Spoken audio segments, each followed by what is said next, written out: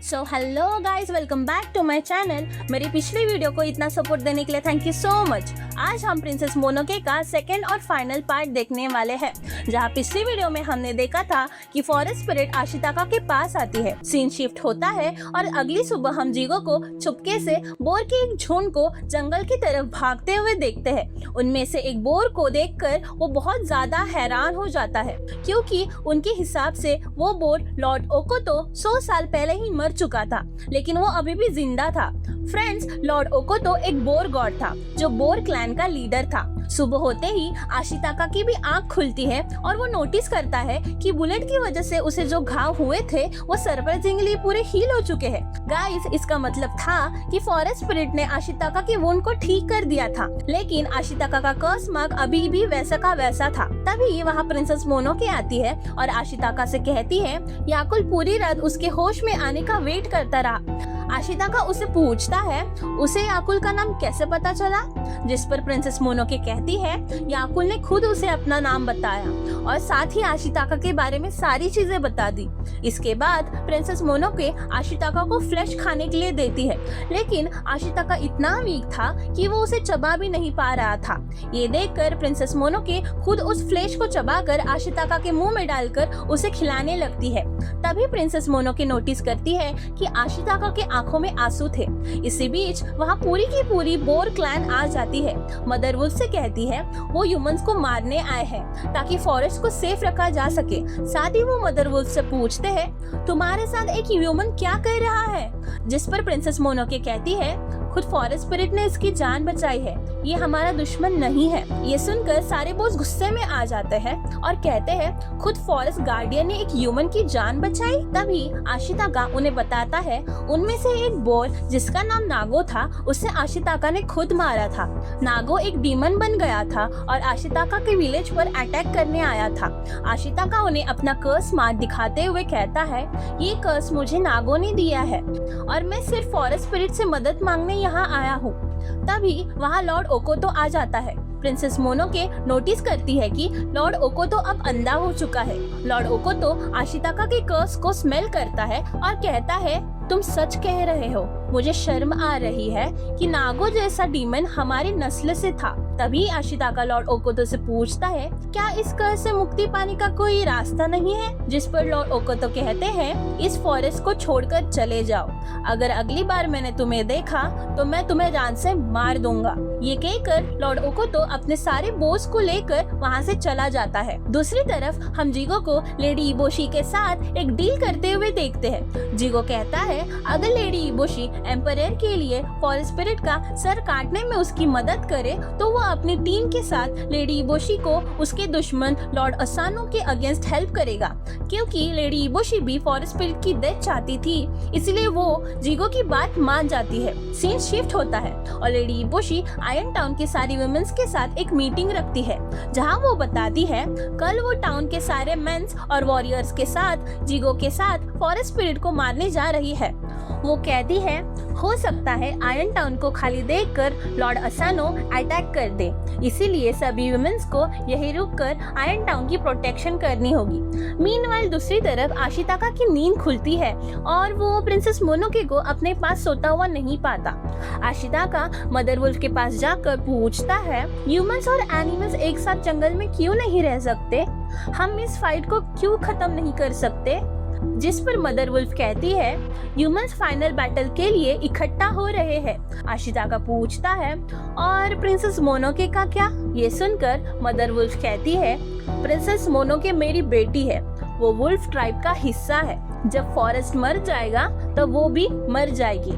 आशिताका कहता है क्या तुम उसे भी अपने साथ मरने दोगी? तुम्हें उसे छोड़ देना चाहिए, क्योंकि वो एक वुल्फ नहीं बल्कि एक ह्यूमन है। जल्द ही हम और हमारा जंगल खत्म हो जाएगा। ये सुनकर मदर वुल्फ गुस्से में कहती है जब मैंने उस लड़की के माँ बाप पर अटैक किया था तब उन्होंने खुद को बचाने के लिए उस बच्ची को मेरी तरफ फेंक दिया था और खुद भाग गए थे। मैंने उसे खाने की बजाय अपने बच्चे की तरह पाला, पोसा और बड़ा किया। अब वो ना पूरी तरह से ह्यूमन है और ना ही वुल्फ भी। वो तुम्हारी दुनिया में कैसे जी पाएगी?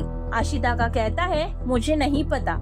लेकिन हम जीने का कोई ना कोई रास्ता ढूंढ लेंगे। मदर वुल्फ आशिताका से पूछती है, क्या तुम प्रिंसेस मोनोके की तरफ से ह्यूमन के अगेंस्ट फाइट करोगे? आशिताका जवाब देता है, नहीं, क्योंकि इसी वजह से दुनिया में नफरत फैलेगी। मदर वुल्फ कहती है, वैसे भी तुम कुछ नहीं कर सकते, जल्द ही तुम्हारा कर्ज बढ़कर तुम्हारी जान ले लेगा। सुबह होते ही यहाँ से चले जाना, वरना मैं तुम्हें मार दूंगी। सीन शिफ्ट होता है और सुबह आशिताका उठकर देखता है कि प्रिंसेस मोनोके वहाँ नहीं थी, इसीलिए वो भी जंगल छोड़कर निकलने लगता है। जाते वक्त वो अपना क्रिस्टल ड्रैगन बेबी वुल्फ को देता है और कहता है, मेरी तरफ से ये प्रिंसेस मोनोके को दे देना। गाइस, शायद आपको याद होगा कि ये वही क्रिस्टल ड्रैगन था जो आशिताका की विलेज की एक लड़की ने उसे दिया था। अब हम देखते हैं सारे बॉस इकट्ठा होकर ह्यूमंस को मारने के लिए आयरन टाउन की तरफ बढ़ रहे होते हैं। दूसरी तरफ प्रिंसेस मोनोके और मदर वुल्फ देखते हैं कि लेडी इबोशी ने रास्ते में आने वाले सारे बॉस को मारने के लिए एक ट्रैप सेट किया है। प्रिंसेस मोनोके मदर वुल्फ से कहती है, वो नहीं रुकने वाले, हमें उनकी मदद करनी होगी, मुझे लॉर्ड ओकोतो की आंखें बनना होगा। जिस पर मदर वुल्फ कहती है, आशिताका तुम्हारे साथ अपनी जिंदगी बिताना चाहता है।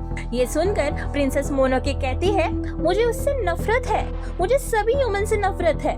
तभी वहाँ बेबी वुल्फ आता है और आशिताका का दिया हुआ क्रिस्टल ड्रैगन प्रिंसेस मोनोके को देता है। प्रिंसेस मोनोके को वो बहुत खूबसूरत लगता है और वो उसे अपने गले में पहन लेती है। मदर वुल्फ अपने दोनों बेबी वुल्फ्स को प्रिंसेस मोनोके के साथ जाने को कहती है और खुद फॉरेस्ट स्पिरिट से मदद मांगने के लिए निकल पड़ती है। प्रिंसेस मोनोके बॉस के साथ फाइट ज्वाइन करती है और लॉर्ड ओकोतो के बारे में पूछती है।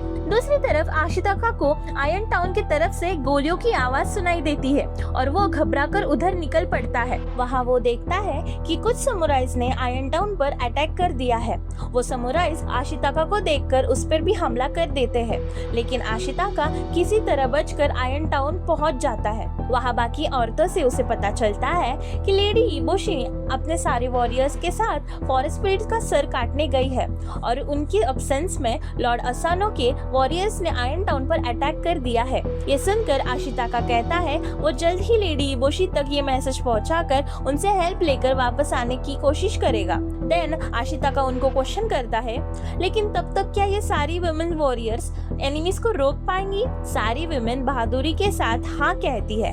तब आशिताका लेडी इबोशी को ढूंढने निकल पड़ता है। रास्ते में कुछ समुराई उसके ऊपर हमला कर देते हैं और उनका एक तीर याकुल को लग जाता है। ये देखकर आशिताका गुस्से में उन चारों समुराइज को मार गिराता है। आशिताका याकुल को वहीं रुकने के लिए कहता है, लेकिन याकुल रुकता नहीं और उसके पीछे पीछे उसी हालत में चलने लगता है। आशिताका एक जगह पहुंचता है जहां हर तरफ धुआं ही धुआं था। वहां वो देखता है कि बॉस की लाशों का ढेर लगा हुआ था। लेडी इबोशी और जीगो ने उस एरिया में लैंडमाइंस लगा रखी थी और वही उनका ट्रैप था। बॉस उस ब्लास्ट में फंस गए और उन सबकी मौत हो गई। आशिताका वहां आयरन टाउन के लोगों को बताता है कि आयरन टाउन पर लॉर्ड असानो के समुराइज ने हमला कर दिया है। जीगो के हंटर्स विलेजर्स को चुपचाप काम पर वापस जाने के लिए कहते हैं। ये सुनकर आयरन टाउन के लोग गुस्से में आ जाते हैं और कहते हैं, आयरन टाउन हमारा है, जल्दी लेडी इबोशी तक ये मैसेज पहुंचाओ। आशिताका एक आदमी से पूछता है, क्या इन बॉस के बीच कोई वुल्फ और प्रिंसेस मोनोके भी थी? जिस पर वो आदमी घबराकर कहता है, हाँ, वो भी इसी ब्लास्ट में थी। तभी आशिताका को एक वुल्फ की आवाज सुनाई देती है। वो देखता है एक बेबी वुल्फ जिंदा था, लेकिन ट्रैप के नीचे फंसा हुआ था। आशिताका उसे बचाने की कोशिश करता है, लेकिन तभी जीगो के हंटर्स उस पर पॉइजन एडर्स छोड़ देते हैं, जिससे आशिताका भी बोर के बॉडी के नीचे दब जाता है। ये देखकर आयरन टाउन के लोग हंटर्स पर ही हमला कर देते हैं, क्योंकि हंटर्स को आयरन टाउन की बिल्कुल भी परवाह नहीं थी, जबकि आशिताका उनकी हेल्प कर रहा था। आखिर में आशिताका और बेबी वुल्फ मिलकर उस डेड बोर के नीचे से बाहर निकलते हैं और आशिताका उस बेबी वुल्फ के साथ लेडी इबोशी को ढूंढने के लिए निकल पड़ता है। वहीं हम दूसरी तरफ देखते हैं प्रिंसेस मोनोके, बेबी वुल्फ और लॉर्ड ओकोतो एक साथ फॉरेस्ट स्पिरिट को ढूंढने के लिए निकल पड़ते हैं, क्योंकि लॉर्ड ओकोतो बुरी तरह से घायल हो चुका था। लॉर्ड ओकोतो देख नहीं सकता था, लेकिन उसे स्मेल में महसूस होता है उसके मरे हुए वॉरियर्स वापस आ गए हैं। वो खुशी से झूम उठता है और कहता है, मेरी वॉरियर्स मरने के बाद भी वापस आ गए। लेकिन प्रिंसेस मोनोके समझ जाती है कि ये एक ट्रैप है वो असली बोर नहीं थे बल्कि ह्यूमंस थे जिन्होंने बोर्स की स्किन पहन रखी थी। इसी वजह से लॉर्ड ओकोतो को वो जिंदा बोर्स की तरह स्मेल कर रहे थे। प्रिंसेस मोनोके लॉर्ड ओकोतो को समझाने की बहुत कोशिश करती है, लेकिन वो खुशी से पागल हो चुका था। बोर्स की स्किन पहने हुए ह्यूमंस ने लॉर्ड ओकोतो को चारों तरफ से घेर लिया था। बेबी वुल्फ प्रिंसेस मोनोके से कहता है, लॉर्ड ओकोतो को छोड़ दो और अपनी जान बचाओ, लेकिन प्रिंसेस मोनोके कहती है, मैं लॉर्ड ओकोतो को ऐसी हालत में नहीं छोड़ सकती। फिर वो बेबी वुल्फ से कहती है, ये लोग उसे भी नागों की तरह एक डीमन बना देंगे। तुम मदर वुल्फ के पास जाकर बताओ कि ह्यूमन फॉरेस्ट स्पिरिट को मारने के लिए ट्रैप बना रहे हैं। बेबी वुल्फ उसकी बात मानकर वहां से चला जाता है। इसी बीच बोस की स्किन में छुपे हुए जीगो के हंटर्स लॉर्ड ओकोतो के अंदर आयरन बॉल इंजेक्ट कर देते हैं और लॉर्ड ओकोतो धीरे धीरे डीमन में कन्वर्ट होने लगता है। उसकी पूरी बॉडी से बिल्कुल नागों की तरह काले वर्म्स निकलने लगते हैं। प्रिंसेस मोनोके उन वर्म्स को हटाने की कोशिश करती है, लेकिन वो वर्म्स उसे भी जकड़ लेते हैं। मीनवाइल आशिताका और बेबी वुल्फ को दूसरे बेबी वुल्फ की चीखने की आवाज सुनाई देती है और वो दोनों उसकी तरफ दौड़ पड़ते हैं। रास्ते में उन्हें लेडी इबोशी और जिगो मिलते हैं। आशिताका लेडी इबोशी को बताता है, लॉर्ड असानो ने आयरन टाउन पर हमला कर दिया है। सभी औरतें खतरे में हैं। फॉरेस्ट स्पिरिट को भूल जाओ और अपने लोगों की जान बचाओ, उन्हें तुम्हारी जरूरत है। ये कहकर आशिताका उस जगह की तरफ भागता है जहाँ से बेबी वुल्फ की चीखने की आवाज आ रही थी, लेकिन लेडी इबोशी को अपने टाउन या वुमेन्स की सेफ्टी की परवाह नहीं थी। उसे बस फॉरेस्ट स्पिरिट को मारना था। उधर आशिताका मदर वुल्फ को बेहोश हालत में देखता है। वो जोर से प्रिंसेस मोनोके को पुकारता है और उसकी आवाज प्रिंसेस मोनोके के पास पहुंच जाती है और वो जोर से चिल्लाती है, आशिताका। आशिताका उसकी आवाज की तरफ दौड़ता है और देखता है लॉर्ड ओकोतो एक डीमन में बदल चुका है। आशिताका प्रिंसेस मोनोके को उन वर्म्स के चंगुल से बाहर निकालने की कोशिश करता है, लेकिन वो उसे भी बचा नहीं पाता। डीमन ओकोतो उसे दूर फेंक देता है। इतने में मदर वुल्फ को होश आ जाता है और वो डीमन ओकोतो से प्रिंसेस मोनोके को बाहर निकालने की कोशिश करती है। तभी वहाँ फॉरेस्ट स्पिरिट अपने 12 सिंग वाले डिवाइन फॉर्म में आ जाती है। जैसे ही वो आती है, डीमन ओकोतो के वर्म्स गलने लगते हैं और फॉरेस्ट स्पिरिट लॉर्ड ओकोतो और मदर वुल्फ की जान ले लेती है, क्योंकि उनका समय पूरा हो चुका था। तभी रात हो जाती है और फॉरेस्ट स्पिरिट नाइट वॉकर में कन्वर्ट होने लगती है, लेकिन उसके ट्रांसफॉर्म होने से पहले ही लेडी इबोशी उसके गले में गोली मार देती है और उसका सर अलग कर देती है। ये देखकर आशिताका और प्रिंसेस मोनोके दोनों ही शॉक्ड और हैरान हो जाते हैं। फॉरेस्ट स्पिरिट की बॉडी से बबल जैसा ट्रांसपेरेंट लिक्विड निकलने लगता है और चारों तरफ तेजी से फैलने लगता है। गाइस, वो लिक्विड जिस भी चीज को छूता है वो चीज मरने लगती है, चाहे वो ह्यूमन हो या पेड़ पौधे, क्योंकि कोडामा हेल्दी फॉरेस्ट की निशानी थी और अब फॉरेस्ट धीरे धीरे मुरझा रहा था। इसीलिए फॉरेस्ट के साथ साथ सारे कोडामा भी मरने लगते हैं। उस डेंजरस लिक्विड की वजह से मदर वुल्फ का सर भी कट हो जाता है। गाइस, वुल्फ का सर कट होने के बाद भी कुछ देर तक रिएक्ट कर सकता है। बिल्कुल वैसे ही यहाँ भी होता है। मदर वुल्फ का कटा हुआ सर सीधे जाकर लेडी इबोशी को काट लेता है।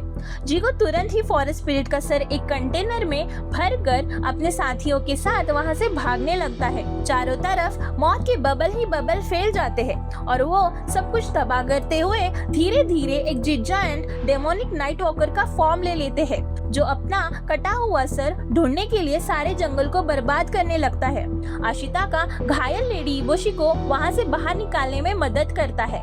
ये देखकर प्रिंसेस मोनोके गुस्से में उसे कहती है, तुम हमेशा उन्हीं ह्यूमंस के साथ थे, इसीलिए मुझे तुम सबसे नफरत है। जिस पर आशिताका कहता है, हाँ, मैं एक ह्यूमन हूँ और तुम भी। प्रिंसेस मोनोके गुस्से और फ्रस्ट्रेशन में चिल्लाकर कहती है, चुप रहो, मैं एक वुल्फ हूँ।